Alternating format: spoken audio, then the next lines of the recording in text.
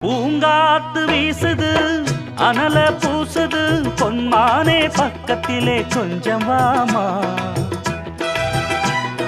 தாங்காத ஆசையில் தவிக்கும் வேளையில் தாலாட்டு பாடி கொஞ்சம் கொஞ்சலாமா. சேலை கட்டும் நந்தவனம் நீயா, செம்பருத்தி பூவுக்கு நீ தாயா.